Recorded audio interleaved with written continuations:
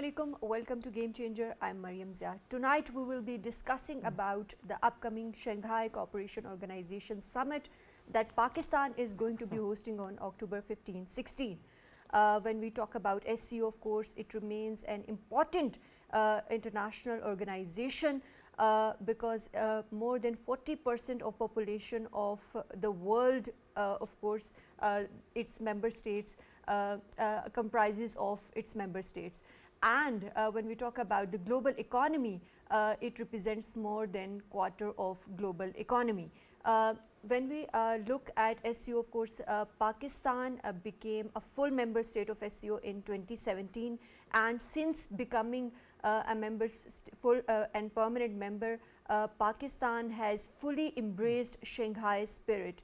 In today's program, we will be talking about the significance of this upcoming summit, what it holds for regional cooperation and regional stability. And of course, when we talk about the challenges, we will be discussing about those as well.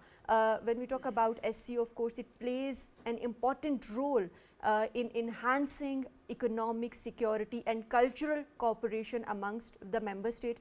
How far the member states need to do work to, of course, align their objectives with the spirit of Shanghai Cooperation Organization. We will be discussing in today's program as well. To discuss this and more, we are joined in the studios by Mr. Jauhar Saleem, who is former Foreign Secretary and currently serving as President Institute of Regional Studies. Welcome to the program. We are joined online by Dr.Ali Salman, who is Executive Director, Prime, and he is an economist as well. Welcome to the program. Mr. Jauhar, let me start with you. When we talk about this upcoming summit, of course, this is significant for the member states as well, but for Pakistan, it holds immense significance because since 2012, this is a major event that Pakistan is going to be hosting. How do you see its significance in regards to Pakistan? Definitely, this is an important event. SCO, or Shanghai Cooperation Organization, is an intergovernmental, interregional organization which focuses on promoting regional cooperation in the areas of trade, commerce, connectivity, as well as security, defense, and combating terrorism, amongst others. It has some of the highest mechanisms are two basically. One is the Summit of the Heads of States, which is the highest forum of this organization. The meeting of that was held recently in July actually in Kazakhstan, Astana. The second highest forum is this, which is the Council of Heads of Governments meeting, and that is happening in Pakistan, taking place in Pakistan, as you said, on 15-16. Now this is very important because this is actually the first time ever that Pakistan is organizing or holding a summit of SCO, a summit level meeting of SCO, since its membership in 2017. Like you said, it encompasses 40% of the global population and actually 32% of the global economy. So that is almost 1/3 of the global economy. That's really big. In recent years, there has been a lot of emphasis on expanding connectivity amongst the member states. There are 10 member states. There are the stands and of course very important countries such as China, Russia, India, Pakistan, Iran. So, and these are like different regions, South Asia, then partly East Asia, Central Asia. And then there are a lot of dialogue partners. In fact, some very important countries are dialogue partners already. For instance, UAE is there, Qatar is there, Turkey is there. And some of those countries participated at the leadership level in the last conference which took place in Astana. Like President Erdogan himself was there, the Emir of Qatar was there. So that shows the growing importance of this organization. Now, in terms of expanding economic cooperation, in terms of promoting understanding, in terms of promoting security cooperation, and in terms of promoting anti-terrorism cooperation, SCO has played a significant role and envisages even a greater imprint for these regions. Right. Right, we will be talking in depth about all these areas that this upcoming summit is going to be encompassing. But Dr. Ali Salman, in your opinion, what kind of opportunities does this rotating, of course, chairmanship of Council of Heads of Government presents to Pakistan, and how do you think Pakistan can leverage those opportunities? Thank you so much, Maryam, for having me on this show. I think, first of all, we need to really welcome this development that a major international summit is happening in Islamabad, in Pakistan, because the physical presence of heads of states, of senior leaders and diplomats from the region, and a very important region indeed, would itself be a very important signal to the business community, to international community, to potential investors that Pakistan, is well connected. Pakistan is able to host these high-level summits, and when these heads would meet and interact in Islamabad, I'm sure there will be a lot of discussion on the economic cooperation and on connectivity. A lot of emphasis has been there when we talk about this region in terms of regional connectivity, which has different interfaces. Like one is the energy connectivity. We know that this region is rich for the source of energy, and given the dynamics of the world, and given the demands for energy in this SCO region, for instance, India and China, just to take two member countries, is huge.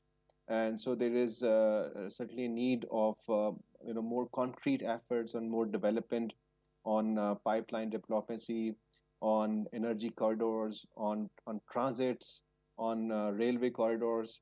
Pakistan and Russia, for instance, have been in talks for last few years. Pakistan took an initiative, but then India objected and stalled that process. But I certainly see, as you mentioned, also population is here, middle class is here, the sources of energy is here, and also the trade connectivity, which builds on the energy corridor, is another key dimension.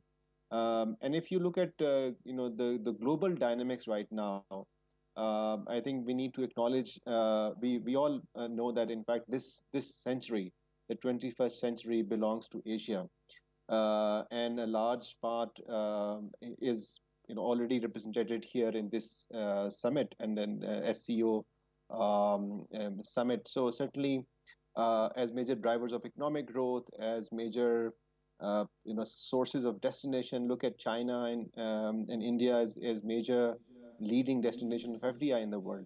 So again, this economies is a lot of potential, but I think one of the key concern has been raised by different studies which have been published, including the one by IRS and ISSI, is the security, I think, lens which Pakistan needs to thoroughly review. Because when we look at this Pakistan from only security lens and not from development lens, then we may not be able to take all these opportunities. Of course. So, Jauhar Sahab, in your opinion, what role can Pakistan play, especially when we talk about regional anti-terrorist structure, to combat transnational threats like terrorism, drug trafficking within SCO framework?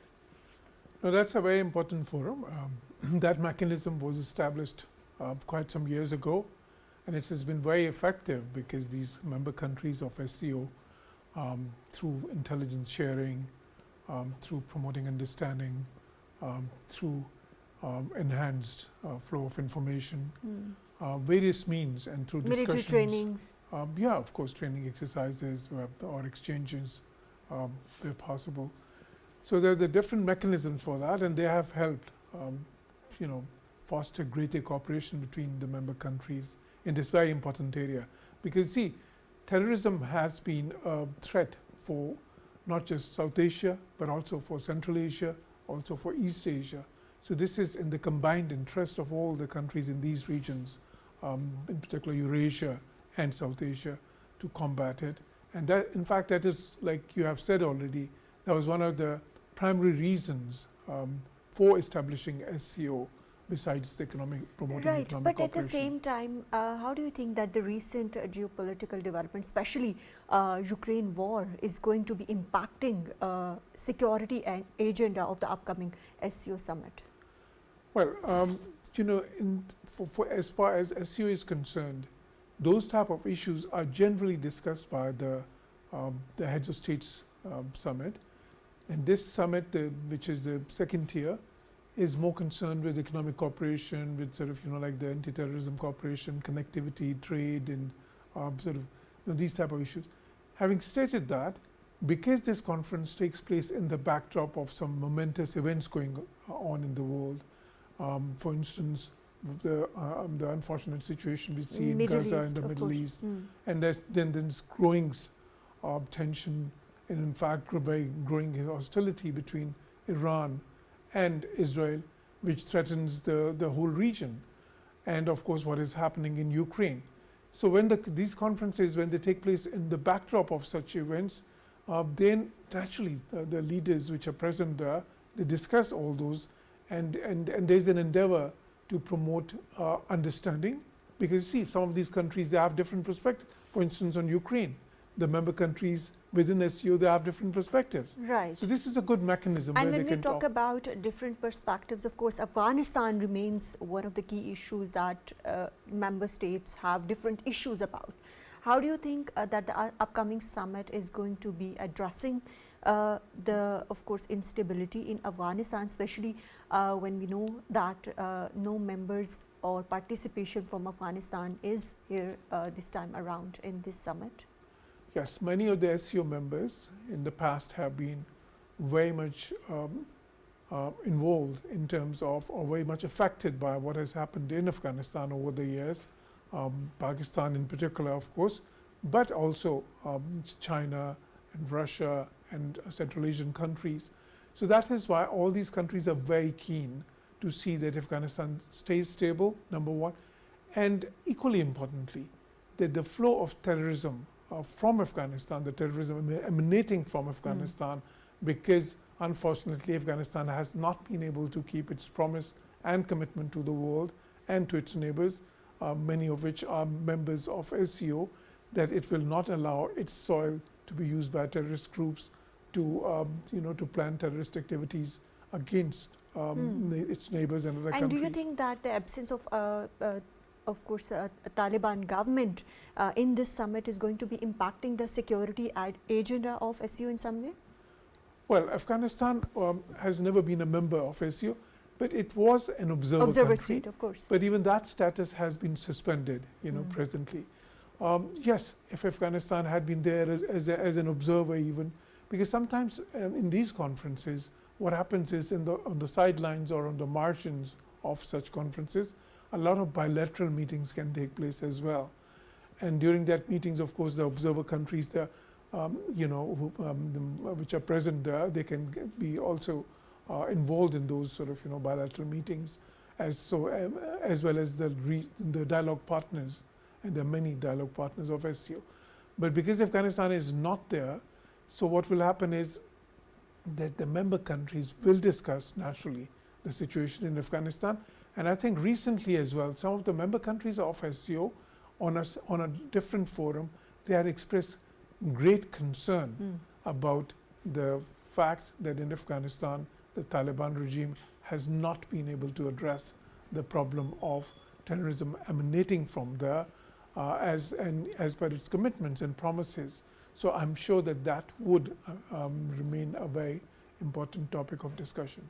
Right. Dr.Ali, Salman, when we talk about, of course, SCO representing more than 40% of world's population, how do you see what kind of economic and trade opportunities does it represent to Pakistan, especially within the member states, and Pakistan diversifying its trade?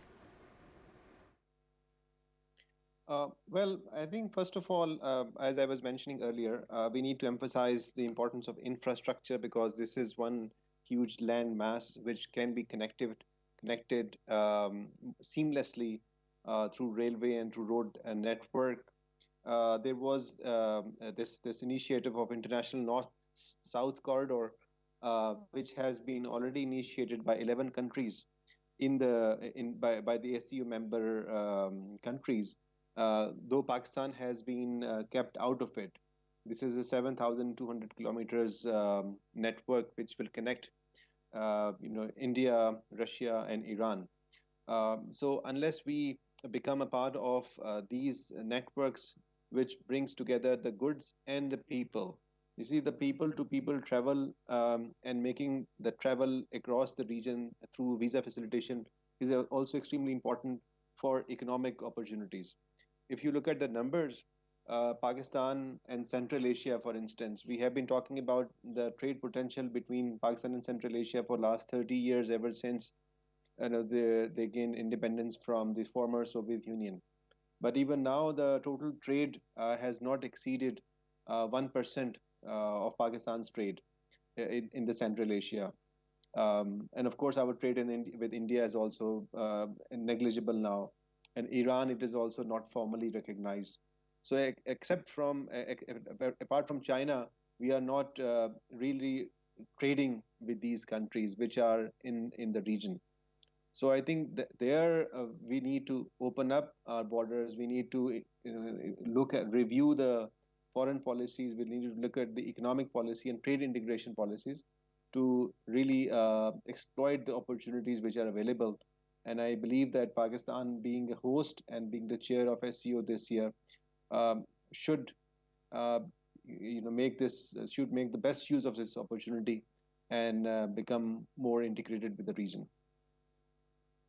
Remains an important aspect, and of course it aligns with Pakistan's foreign policy objectives as well. And to talk more about it, we are joined in this by Mr. Imdad Hussain, who is analyst. Welcome to the program.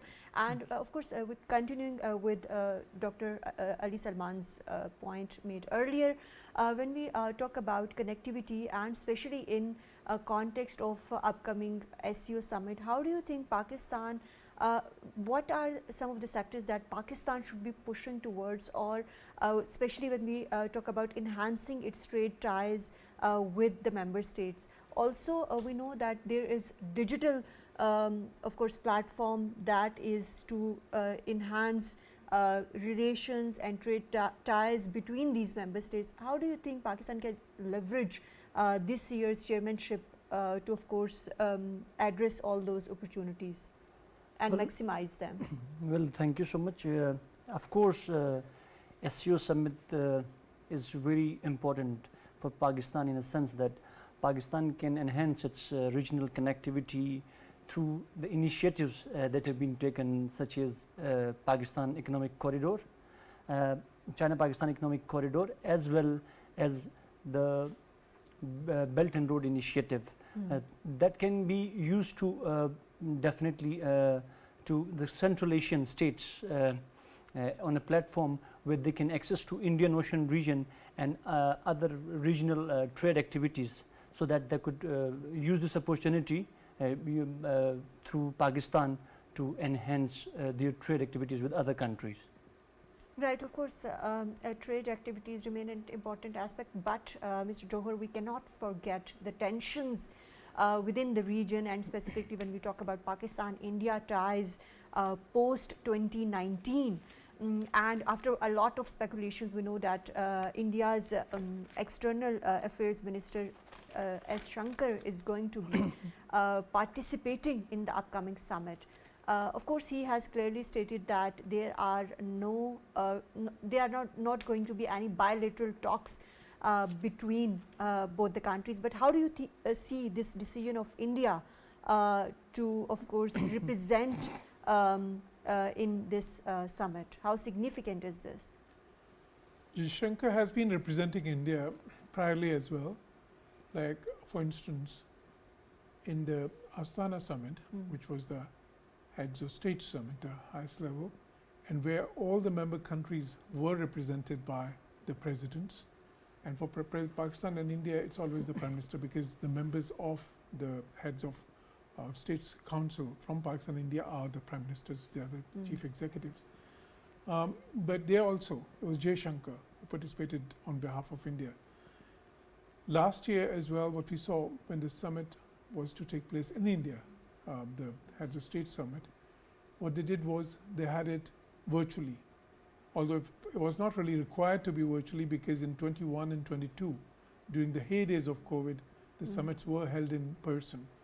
So what they're trying to do is, on the one hand, they're trying to sort of dilute a bit, I think, their presence within the SCO forum for reasons of sort of, their foreign policy objectives. Now, in terms of Jaishankar's public statement that he would be coming to this meeting, on the one hand, he said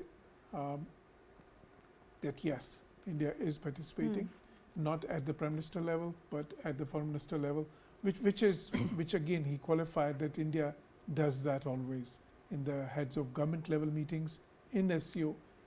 In the past as well, it has been always Indian Foreign Minister, which is mostly true. At the same time, there was some possibility that Indians would not have come at all, or could have said that, okay, we'll just participate virtually. So that has not happened, which is positive. On the other hand, he has said that there is no possibility of bilateral talks. Well, Pakistan has not asked for bilateral talks, first of all, but naturally many international observers, whenever there is an international conference where both India and Pakistan are represented, they are watching it and they're seeing if there would be any possibility of some sort of a bilateral contact, which Jaishankar has. Do you think this is going to be easing tensions between both the countries post 2019 and maybe opening up new avenues of maybe talks between both the countries? Of course, because when we talk about Shanghai spirit, Pakistan remains committed to it. But of course, India, because of India's past behavior, SAARC is no more active. So how do you think this is going to be playing out in, of course, coming days? Because, of course, India is committed to a lot of Western alliances as well. Do you think it reinforces India's commitment to SCO as well? Well, first of all, I don't really expect many big breakthroughs, the kind that you have hinted. And that is what Jaishankar has made clear as well.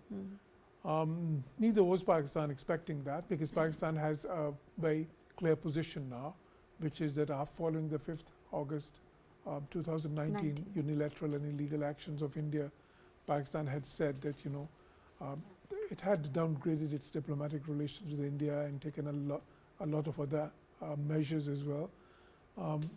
And Pakistan had said that India has to revoke those actions before a bilateral dialogue, meaningful bilateral dialogue towards resolving the Jammu and Kashmir dispute could be resumed. So that is Pakistan's clear position. I don't really see any breakthrough, even in terms of, let's say, confidence building measures, or in terms of resumption of any other dialogues. Having said that, just for the optics, it's positive. Right, because it's, I think last time in 2012, any major or Indian leader visited Pakistan. That then in 2015, of course, Modi visited Pakistan on a private visit. Yeah, but that despite that. And as they say in diplomacy, any contact is better than no contact. So Jaishankar is coming here. But what we hope is that he'll come here with a positive attitude and with a constructive attitude. I think that is important, because sometimes what we've seen in the past is that in the previous conferences, multilateral conferences, unfortunately India has used the occasion to in an endeavor to malign Pakistan, in terms of their claims about terrorism, and so we hope that this time the attitude would be, the approach would be more constructive and positive. And if he has said that they'll be focusing on the conference proceedings, that's fine, because we have invited everybody for the SC conference. It's not going to be a bilateral meeting. Right. And it's not Pakistan's intention. It wasn't Pakistan's intention as well. And India has made that clear too. Of course. But at the same time, I think it's very important that such occasions are used for sort of, to somewhat sort of, soften the hostile. And go for dialogue. Yeah, I mean, even if it doesn't happen, at least to soften the ambience of sort of hostility, which unfortunately India has endeavored to sustain. Right, of course, that remains an important aspect. But coming back to the economic aspect of the upcoming SCO summit, Dr. Ali Salman, how do you think that Pakistan can enhance its foreign direct investment when we talk about its ties with the member states, and what opportunities do you think Pakistan can leverage in this regard?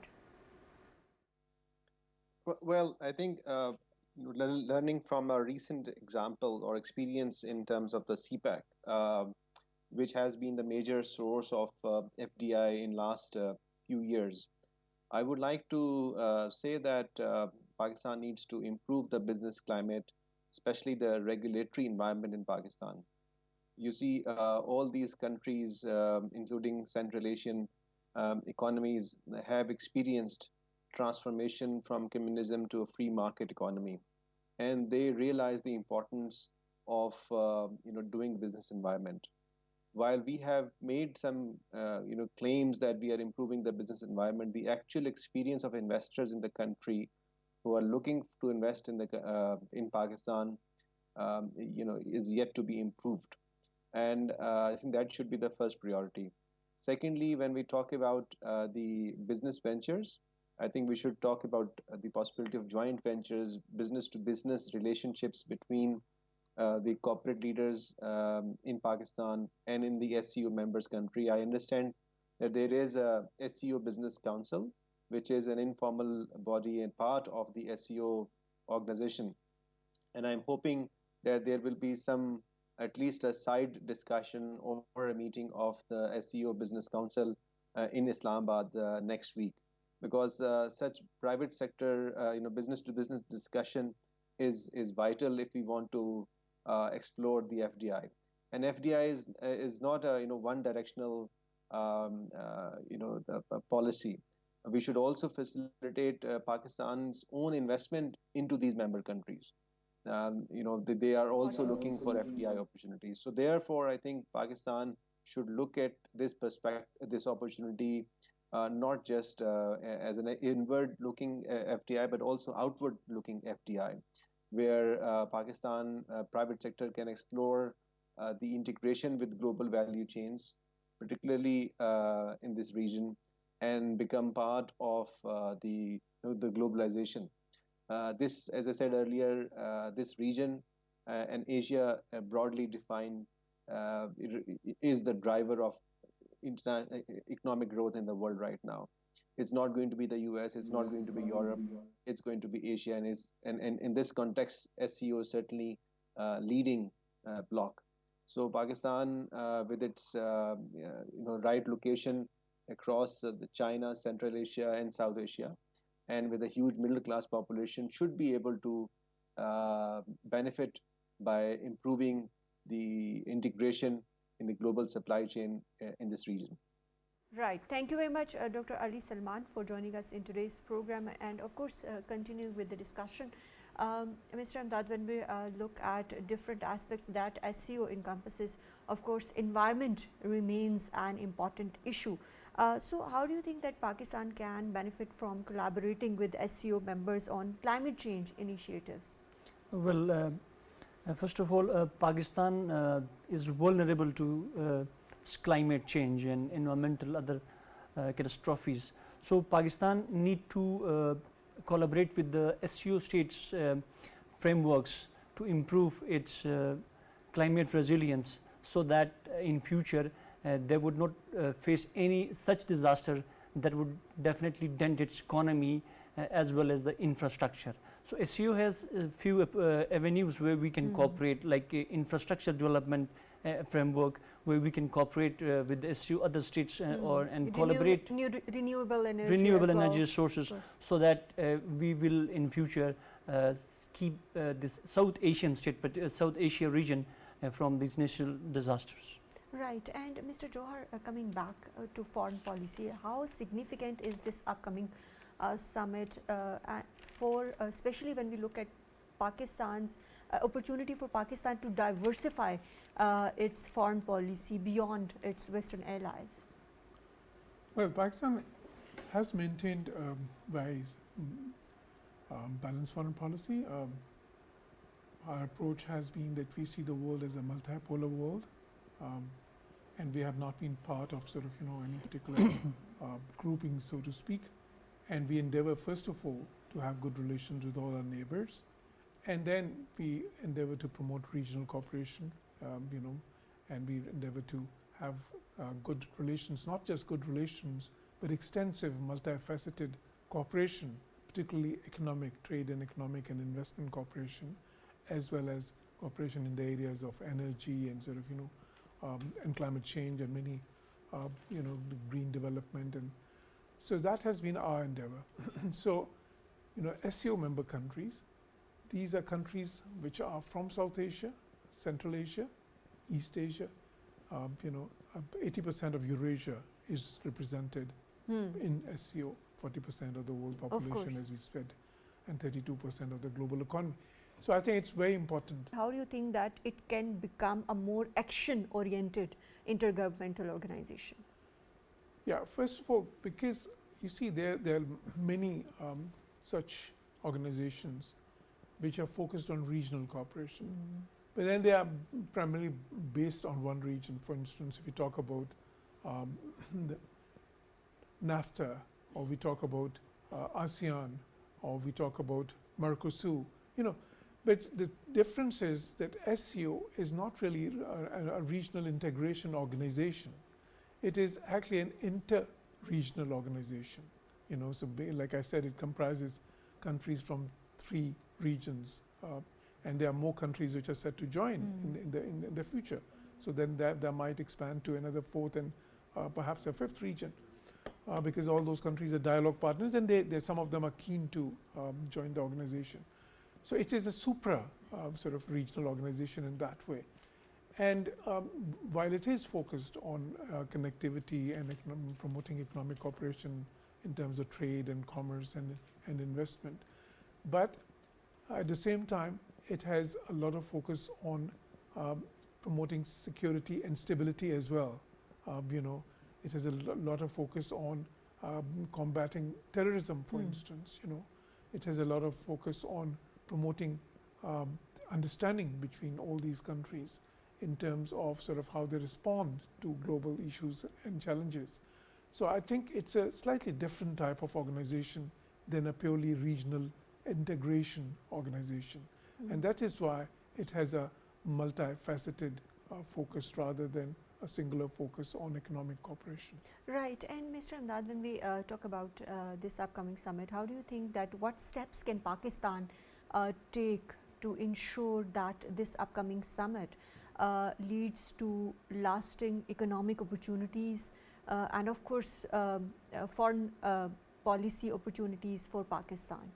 Well, Pakistan can leverage, first of all, Pakistan can leverage its geographic location. Pakistan is sitting at the crossroads of 3 world nuclear powers. It can use its geography to create an inclusive connectivity for the regional states. For instance, it can build its strong ties with Russia, the former Soviet Union, and China, and other Central Asian states. Even it can bring India through this platform to trade activities, so that there can be a peaceful dialogue between these 2 arch rivals. And in this way, Pakistan can enhance its connectivity with other regional countries and its posture in diplomatic community across the world. Right. And lastly, very briefly, Mr. Jauhar, how do you see what should be Pakistan's short-term and long-term goals in terms of hosting upcoming SCO summit? Well, in the short term, of course, we have to ensure that the summit takes place in a very organized manner. And in the past, whenever Pakistan has hosted such events, it has done a great job of that, and that is the expectation from other countries as well. Secondly, to ensure that the discussions that this conference affords, they take place in the right spirit, and the presence of all these foreign leaders in Pakistan is sort of in terms of the productivity is maximized. So that should be the short-term objective, of course, to get the maximum mileage from the summit in terms of the discussions it produces, in terms of the flow of ideas and exchanges of ideas towards the common objective of the member countries. That is number one. In the longer term horizon, what we need to work for is that SCO becomes an organization which produces substantive linkages and bridges. That is, particularly in terms of connectivity, in terms of greater trade, in terms of greater cooperation, Right. in the area of security as well. The commonalities that all these countries have, for instance, in the area of combating terrorism. So those linkages become more meaningful, they become more substantive, more tangible. That is, and also in terms of our role in the organization. Pakistan is the 5th largest country, country in the world in terms of population, and a emerging economy, and a nuclear power, and sort of in the region it has Right. a very important place. So in the SCO, our long-term, of course, goal is to have that type of influence in its decision making, and in terms of ensuring that this organization becomes the most productive and most beneficial for its member countries. Right, right. Thank you very much, Mr. Jauhar Saleem, for joining us in today's program. Thank you very much, Mr. Imdad Hussain, for joining us in today's program. Of course, when we talk about upcoming SCO summit that Pakistan is going to be hosting, of course, it has immense significance not only for Pakistan but for all the member states, because of course it has potential to change the strategic, political and economic landscape of the region and beyond. That's all from Game Changer tonight. Take care.